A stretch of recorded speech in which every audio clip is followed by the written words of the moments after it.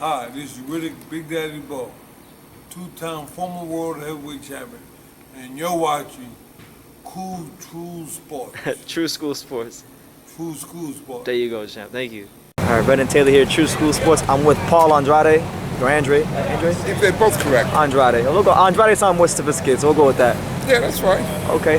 Just talk about the performance tonight against Luke Keeler. It's he had to get his rhythm going. And he's in there with a guy who likes to fight rough. Yeah. And bring the fight on the inside. And he uses his arms, he'll hold, he'll grab. It's fine. And he baited Boo Boo. Boo Boo went in there and he says, okay, hell with it. Eventually I'll go in there and do my work. I prefer to have him on the outside, working his jab, working his punches, and setting everything up. So we did that for a while, and then he went inside with him, and he says, okay, let's just do this. Yeah. And he was kind of just hunting for like that big shot tonight, he fight the normal Demetrius Andrade fight. Yeah, he was, I saw that, he was hunting for it, but I said, let it develop. Don't push it, don't force it, because he was reaching and really, throwing all his power into the punches. You're depleting your energy when you do that. Just let it come. When it comes, it'll be there.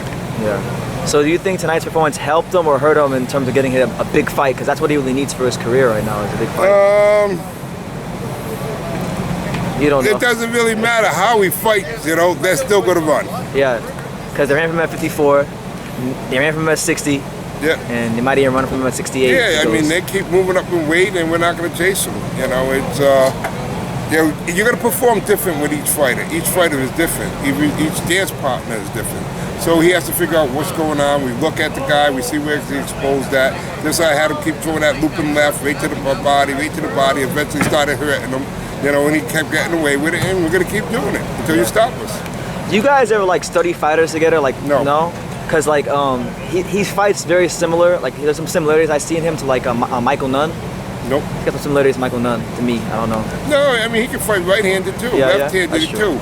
I don't study fighters. Yeah. I just look at the feet. I watch an old fight of a fighter and a recent fight, and that's it. Because we spar everybody during camp. Left-handers, right-handers, all the time. Yeah. Tall guys, short guys. So we're always sparring different guys. So whatever you bring, we've already been there, done that. Okay. I know I mentioned the Canelo fight earlier to you. How are you guys going to get him to fight him? Because that's really the biggest fight out there for him. Can't make him fight. You can't. Maybe the fans can make him fight. Yeah. That's fans, what do you think? I'm bringing it up. That's why. Triple G, Canelo. Come on, fans, bring it on. Yeah, because your son is one of the most skilled fighters this country has. Really, I would argue maybe the most skilled fighter. Really. Well, we spent a lot of years working at it. Yeah. So he's been doing this since he was 6 years old, and he always fought. When he was younger, he used to fight one round right-handed, one round left-handed, so he can fight right-handed just as well. Yeah. And that's where sometimes he turns right-handed, and landed a big punch on him. Absolutely. Is there anything about him that people don't know about that maybe they should, something interesting about him? No. He's a boring kid. He's just a boring kid from New England. No. He does his thing. And he tries to live a good life. He's a great dad, loves his kids. He has his kids around him at all times. During training camp, his kids came down and everything. Everybody came down. His lady came down. And he loves having his kids around him. Absolutely. Okay, Paul. Well, any message to the boxing world about your son and what you guys got going on moving forward? That's up to Eddie Hearns, what he can put together for us, whether WBO gives us a mandatory, and they probably do. I think it's Liam Williams or something. Yeah, it is. Yeah. He was calling your son on Twitter. It's really kind of funny because they made Munguia the #1. Yeah, they did. I don't see Munguia wanting the fight. They do not want the fight because he can have the fight, and I understand why.